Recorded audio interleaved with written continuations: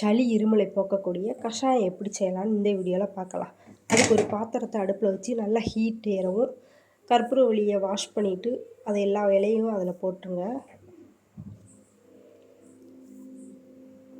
இப்போ நம்ம அந்த இலையெல்லாம் போட்டதுக்கப்புறம் அப்படியே அந்த ஹீட்டுக்கு அப்படியே தண்ணி மாதிரி அந்த இலையெல்லாம் மாறும். இந்த நம்ம போடும்போதே அதுக்கு வித்தியாசம் தெரியுதா? அப்படி எல்லா இலையும் அப்படி மாறினதுக்கப்புறம் நம்ம அடுப்பை ஆஃப் பண்ணிடலாம்.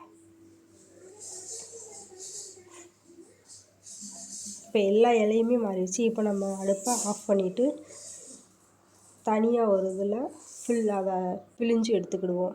ஒரு விலையில் ஒரு சொட்டு 2 சொட்டு தான் வரும். எல்லாத்தையும் பிழிஞ்சு எடுத்துக்கிடுவோம்.